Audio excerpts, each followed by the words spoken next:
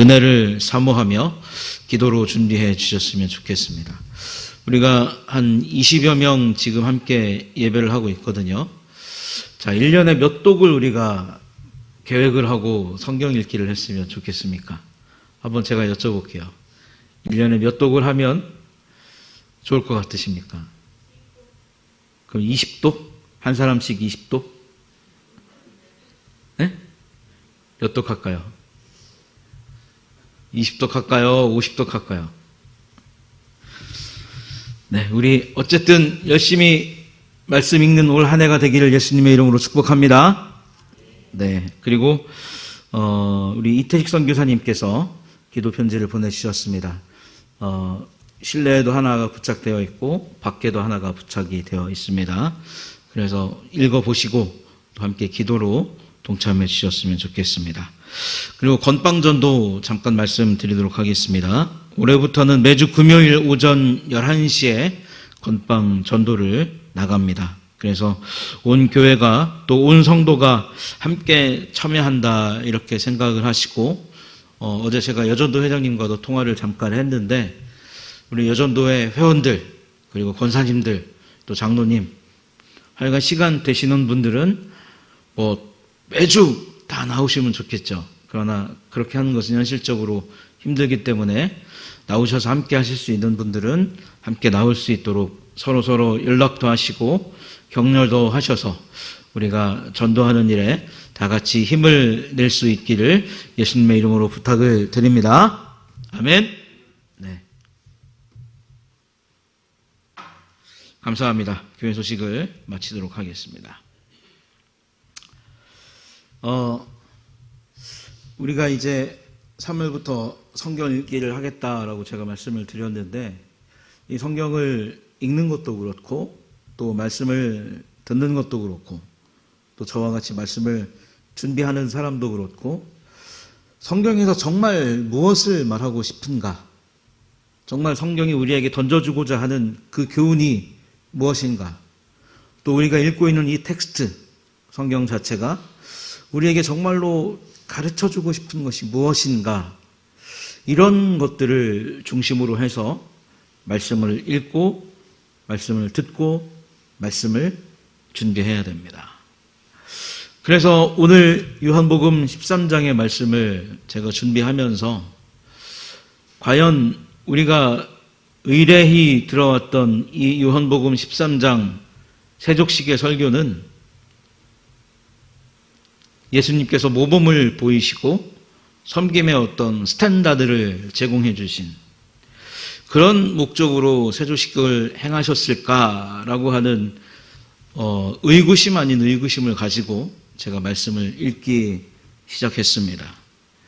그러면서 느낀 것은 무엇이냐면 한 가지 이 세족식 자체가 어떤 스탠다드한 교훈을 주시기 위한 그런 단순한 의미를 가진 퍼포먼스는 아니었을 것이다 라고 하는 결론을 가지고 이제 책도 좀 더 찾아보고 논문도 좀 더 찾아보고 하면서 이것이 정결 예식에 관한 예수님의 어떤 퍼포먼스였다라고 하는 사실을 보다 더 예전에도 알고 있었지만 구체적으로 이렇게 깨닫는 그런 시간이 됐습니다.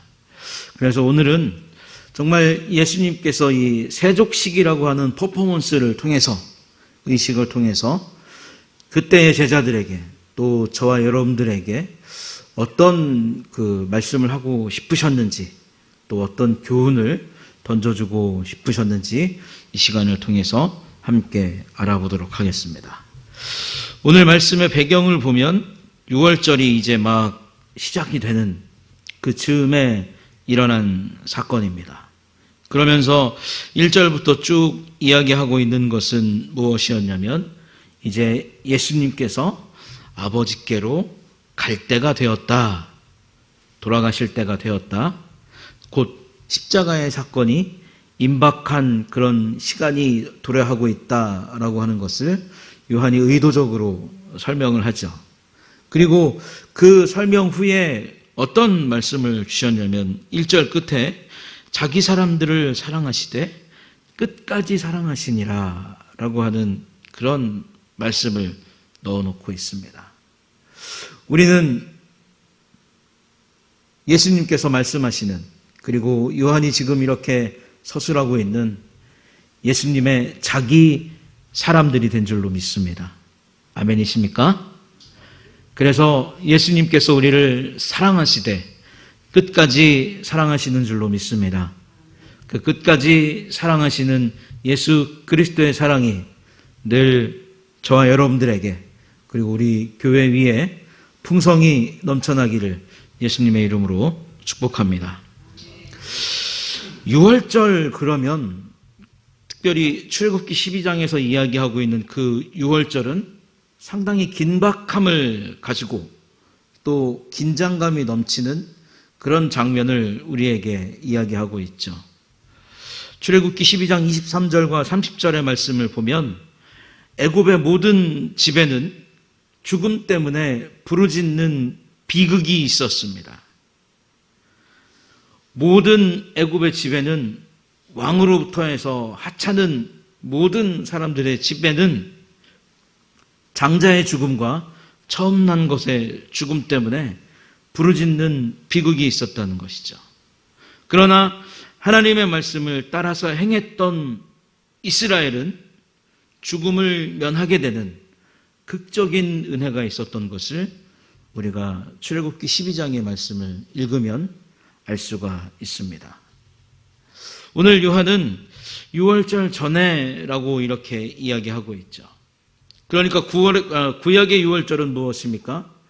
어린 양의 죽음으로 사망이 넘어갔다면, 이제 지금의 6월절은 예수께서 친히 어린 양이 되셔서 죄악의 포로가 된 모두를 사망의 권세에서 건져내시는 대속의 죽음이 기다리고 있다라고 하는 것을 이 6월절이라는 것을 통해서 우리에게 이야기해 주고 있는 것이죠. 예수님의 죽음, 십자가의 죽음은 예수님에게는 분명히 큰 고난이고 시련이 될 것입니다. 그러나 구원을 받아야 할 사람들에게는 그리스도의 사랑을 받는 날이 될 것이고, 그래서 그 그리스도의 사랑 때문에 영원히 죽어있던 영이 새롭게 살아나는 날이 될 것이고, 죽음과 사망의 공포에서 해방되는 날이 될 것입니다. 그리고 예수 그리스도 그분에게도 그가 이 땅에 오신 모든 사역의 마침표를 찍고 1절에서 이야기하고 있는 것과 같이 아버지께로 돌아가서 영광을 얻는 날이 될 것입니다. 그래서 이 요한복음 13장 1절은 6월절이라는 말씀을 통해서 아버지로 갈 때라고 하는 이 말씀을 통해서, 또한 사랑하는 자기 사람들이라고 하는 말씀을 통해서 예수님께서 십자가에 죽으시고 부활하시고 승천하시는 모든 일이 하나님 아버지의 계획 가운데 이뤄진 일들이고, 또 이렇게 해서 아버지께로 예수께서 가시되 사랑하는 자들을 끝까지 구원하시기 위한 그 마지막 십자가의 순간까지 사람들을 사랑하시고 구원하시기 위한 사랑이 담겨져 있다라고 하는 것을 요한복음 13장 1절을 시작하면서 우리에게 이야기해 주고 있습니다. 그런데 이 영광의 날은, 아버지께로 돌아가는 날은, 6월절은 어떻게 시작되는가? 우리 2절의 말씀을 한번 읽어보겠습니다. 요한복음 13장 2절의 말씀 함께 읽겠습니다. 시작. 마귀가 벌써 시몬의 아들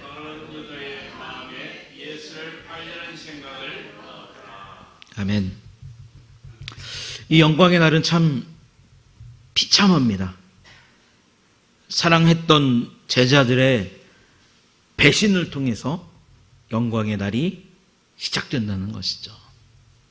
그런데 제가 여기서 제자, 가룟 유다 한 사람을 가르치는 것이 아니라 제자들이라고 하는 복수의 형태로 말씀을 드렸죠. 대표적으로는 가룟 유다가 예수님을 팔려는 마음을 먹게 되고 그리고 실제로 예수님을 넘기게 됩니다. 그러나 누가복음 22장 31절을 보면 시몬아 시몬아, 한번 읽어보겠습니다. 시작. 시몬아 시몬아, 보라 사탄이 너희를 밀가부르듯 하려고 요구하였으나, 이렇게 말씀하고 있습니다.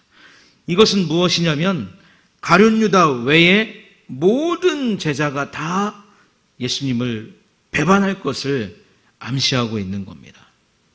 그리고 여기에서 사탄이 가룟 유다에게 예수님을 배반할 생각을 넣었다라고 말할 때 이 넣었다는 것은 무엇이냐면 이미 결정되었기 때문에 돌이킬 수 없는 상황으로 일이 번져가고 있다라고 하는 것을 뜻하는 것이죠. 제자들의 배신, 그리고 십자가에서의 많은 제자들의 어떤 그런 도망가는 그런 사건들, 주께서는 죽음이 눈앞에 다가온 그 시점에도 제자들을 사랑하셨다는 것이죠. 비록 예수님을 모른다 하고 뿔뿔이 흩어져서 각자의 고향으로 돌아갈 제자들이었지만 예수님은 끝까지 제자들을 향한 애정과 사랑을 쏟아내십니다. 그리고 그 끝없이 쏟으신 사랑의 은혜가 무엇이냐면 바로 우리, 곧 사랑하는 자기 사람들을 이루시는 역사를 만들어내었다는 것이죠. 끝까지 사랑하시는 하나님의 은혜가 저와 여러분들에게 함께 하시기를 다시 한번 예수님의 이름으로 축복합니다.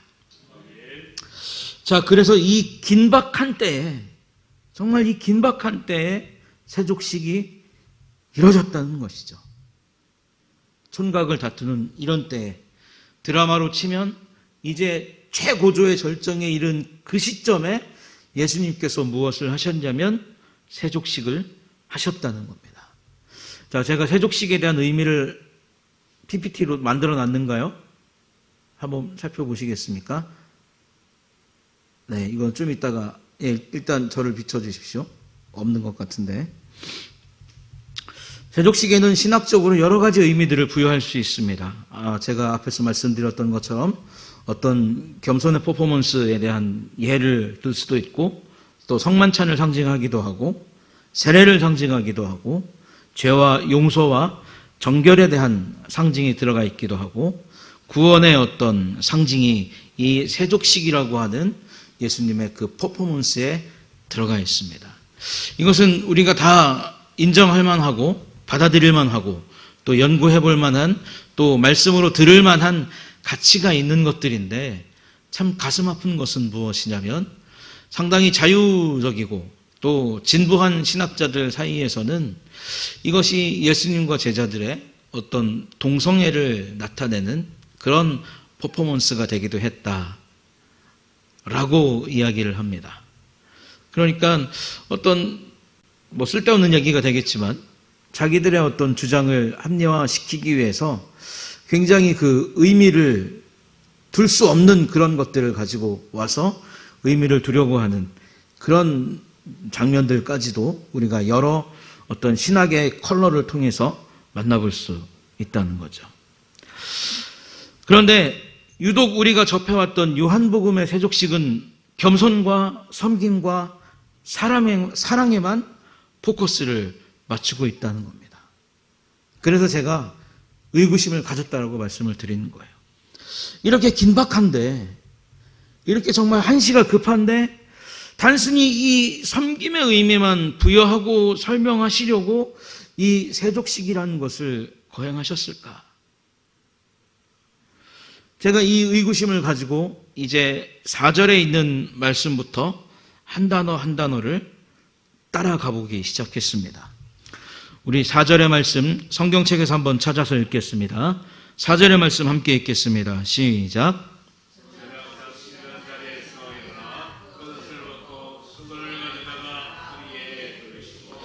자, 저녁 잡수시던 자리에서 일어나 겉옷을 벗고 수건을 가져다가 허리에 두르시고, 이렇게 이야기합니다. 이거 PPT 있습니다. 한번 띄워주십시오. 그래서 이 일어나다라고 하는 이 단어는 어떤 의미로 쓰이냐면 잠에서 깨어서 일어나다, 또 조금 더 넓은 의미로 보면 부활하다라고 하는 의미가 있습니다. 그리고 두 번째로 겉옷을 벗다라고 하는 의미는 무엇이냐면 한번 읽어볼까요? 겉옷을 벗다. 시작. 생명을 내려놓다. 십자가의 죽음을 뜻하는 그런 의미를 가지고 있습니다. 그리고 다시 겉옷을 입는다는 말씀이 이제 등장을 하는데 26절에 이것은 무엇이냐면 생명을 취하다, 부활하다라고 하는 그런 의미를 가지고 있습니다. 그리스도 예수께서 보이신 세족식은 섬김의 모범, 또 사랑, 그 이상의 의미를 갖는다는 것을 우리는 4절의 말씀을 통해서 금방 알아갈 수가 있습니다. 주님은 지금 여러분들에게 말씀하고 계신 거예요. 내가 너희의 발을 씻기려고 일어났고 너희의 발을 씻기기 위해서 겉옷을 벗었고 그리고 너희의 발을 다 씻기고 겉옷을 입었노라. 할렐루야. 하나님께서 정말 저와 여러분들을 끝까지 사랑하시는 줄로 믿습니다. 그래서 이 세족식에 담겨있는 이 의미는 무엇이냐면 정결의 의식을 의미로 담고 있다는 겁니다. 민수기 19장 20절을 보면 부정한 사람은 여호와의 성소를 더럽히는 것이고 이는 회중 가운데서 끊어질 것이다. 이런 말씀을 하고 있습니다. 또 출애굽기 30장 20절은 회막에 들어갈 때 물로 씻어 죽기를 면하라 이렇게 말씀하고 있으며 하나님 앞에 제사를 드릴 때에도 그와 같이 행하라 라고 말씀을 하고 있습니다. 그래서 혹 어떤 사람들은 이 개인의 정결은 하나님의 성소와도 관련이 있는 것이고 또 이 개인의 정결은 이스라엘 전체와도 관련이 있는 것이다. 이런 식으로도 이야기를 합니다. 그러니까 구약에 있어서 발을 씻는다는 의미는 무엇이냐면 하나님의 사랑을 받을 수 있는 자격이 있다는 뜻이 되고 또 하나님의 성전에 출입할 수 있는 자격이 있다는 뜻이 되고 생명을 보존할 수 있는 그런 방법이 된다는 것을 구약에서 이야기하는 것이죠. 그래서 이러한 배경이 신약에서는 어떻게 나타나는가 한번 제가 찾아봤는데 우리 요한복음에서 예수님이 제일 처음 보이셨던 표적이 무엇이었죠? 가나의 혼인잔치에서 물이 뭘로 변했습니까? 포도주로 변하는 사건이었죠. 그 포도주로 변한 물은 어떤 용도였죠? 정결 예식을 하기 위한 그런 물이었습니다. 그래서 정결 예식을 하기 위한 물이 포도주로 바뀌는 그런 사건을 우리가 요한복음을 시작하면서 한번 만나봤었는데 자, 누가복음 7장 44절을 한번 보겠습니다.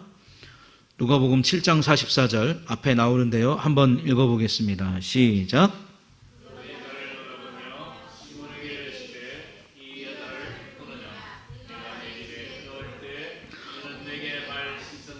주지 아니하였으되 이 여자는 눈물로 내 발을 적시고 그 머리털로 닦았으며. 아멘. 예수님이 지금 하시는 말씀은 무엇이냐면 한 여인은 눈물로 내 발을 적시고 머리털로 내 발을 닦았다. 그런데 너는 시몬 너는 나에게 발 씻을 물조차 주지 않았다. 이렇게 이야기합니다.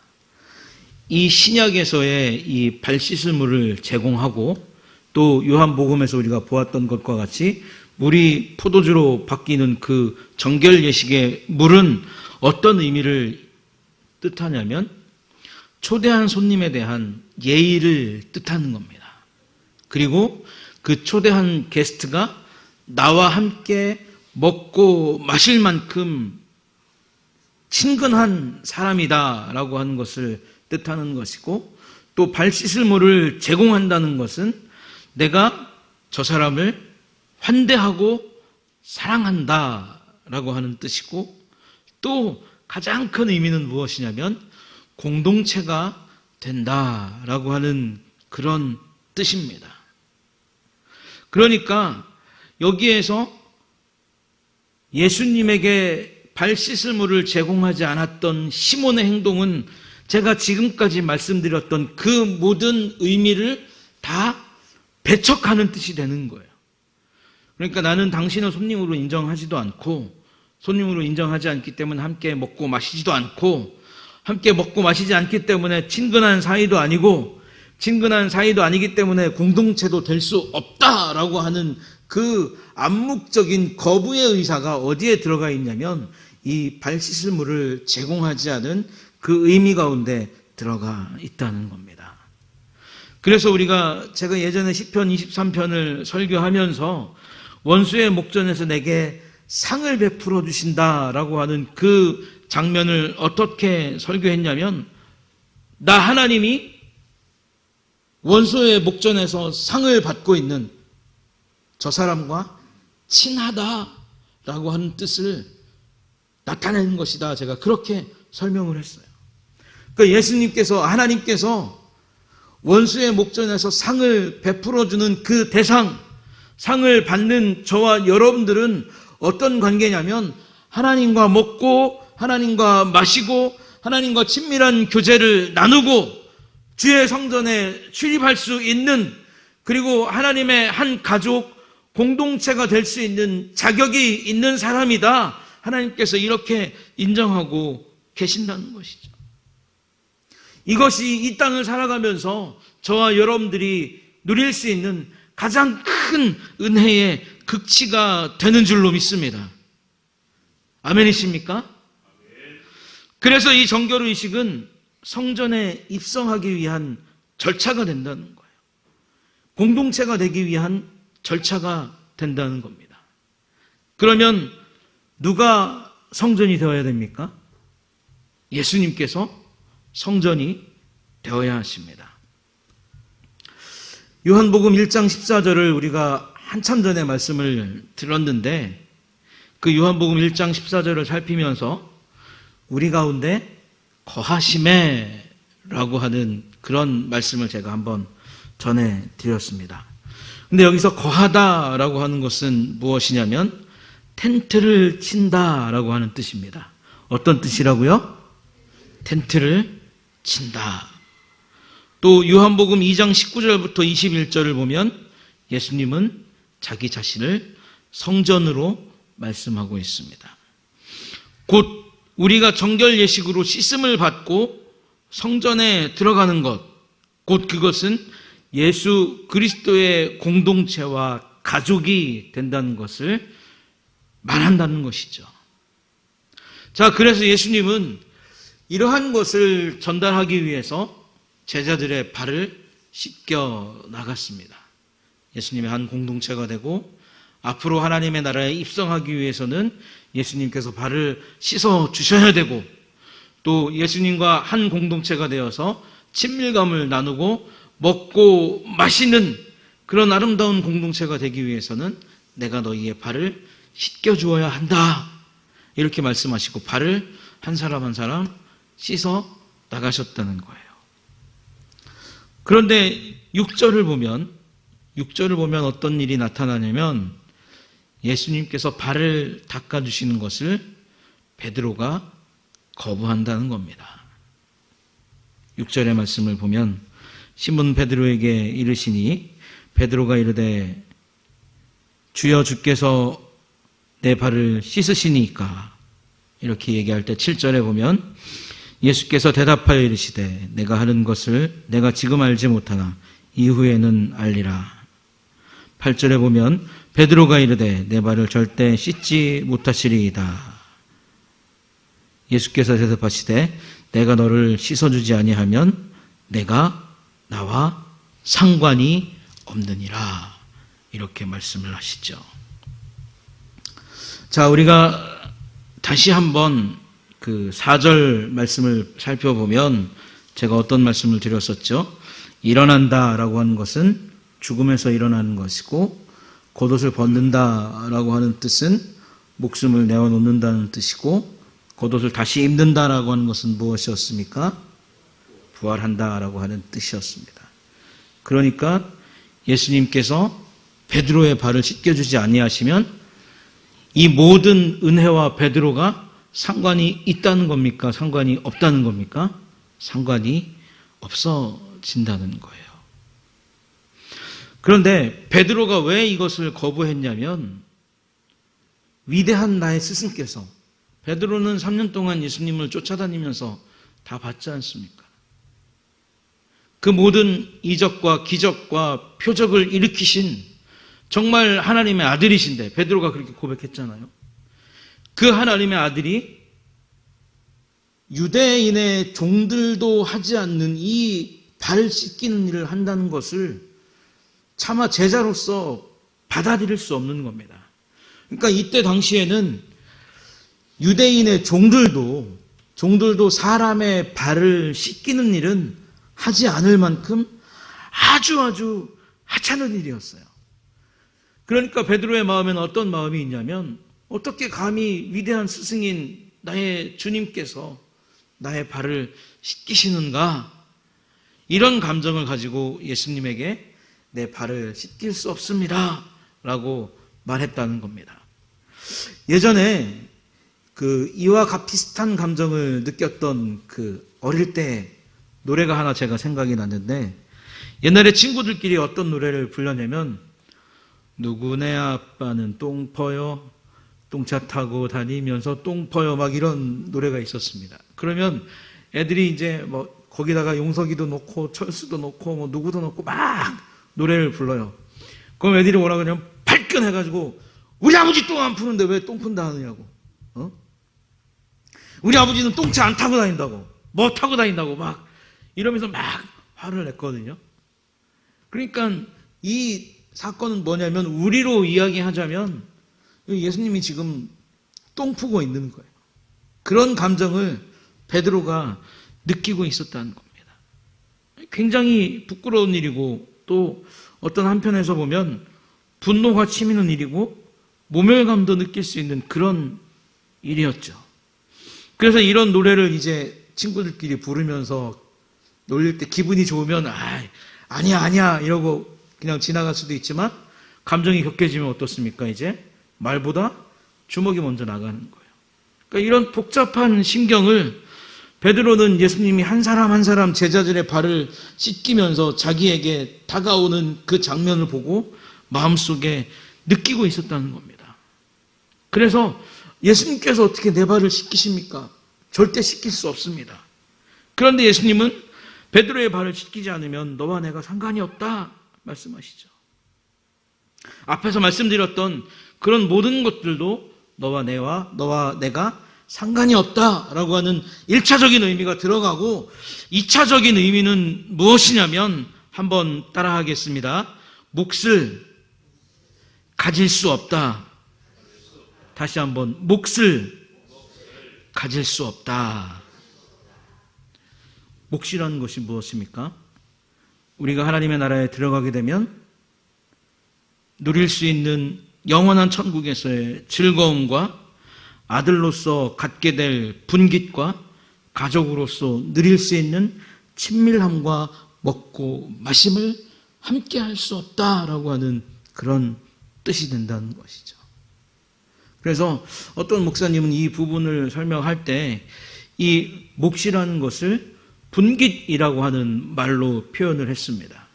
그래서 돌아온 탕자가 아버지의 재산을 가지고 나갈 때 내 분깃을 내게 주십시오라고 말했죠. 그러니까 그 분깃이 바로 베드로가 누릴 수 있는 기쁨이고 즐거움이고 하나님의 공동체로서 누릴 수 있는 영광이 된다.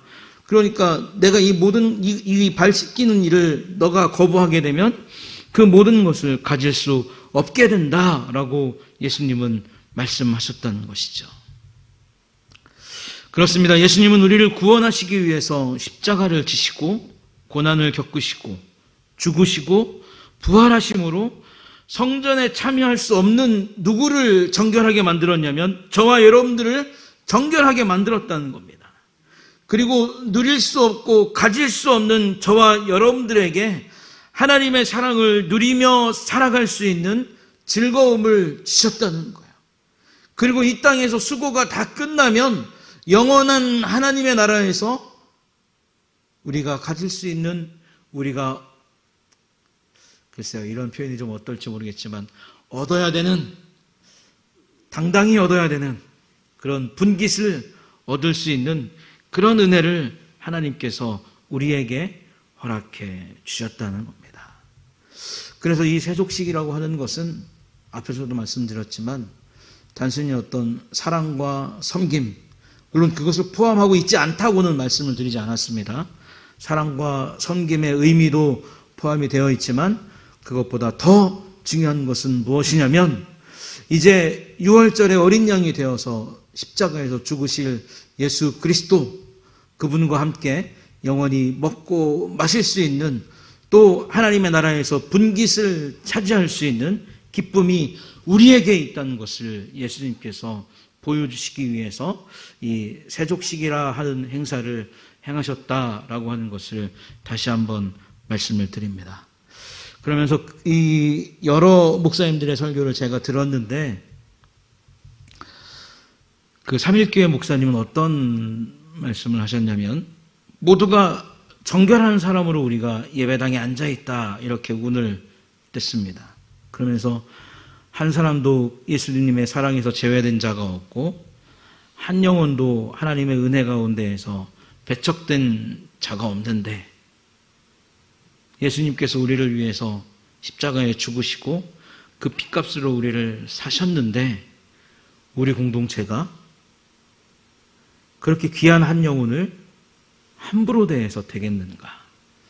또 같은 공동체 식구끼리 밥을 먹고 나누는, 영의 양식을 먹고 나누는 그런 식구들끼리 분열해서 되겠는가?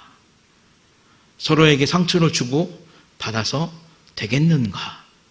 그런 그 말씀을 이 세족식 설교의 엔딩으로 딱 제시를 하시더라고요. 그래서 가만히 생각해 보니까 올해 우리 교회 표랑 딱 맞는 엔딩인 것 같아요. 우리가 어떻습니까? 같은 말을 하고 같은 마음을 품고 같은 뜻을 가지고 하나가 되기로 그렇게 다짐하고 또 그렇게 기도하면서 2024년도를 하나님 앞에서 살아가고 있습니다. 그래서 우리가 오늘 이 세족식의 말씀을 듣고 정말 우리 교회 모든 사람들이 단 한 사람도 빼놓지 않고 다 예수 그리스도의 사랑을 누리는 사람들이고 하나님께서 끝까지 사랑하는 그런 사람이라는 것을, 그리고 우리와 함께 영원한 천국에서 즐거움을 누려야 할 사람이라는 것을 다시 한번 마음에 새기고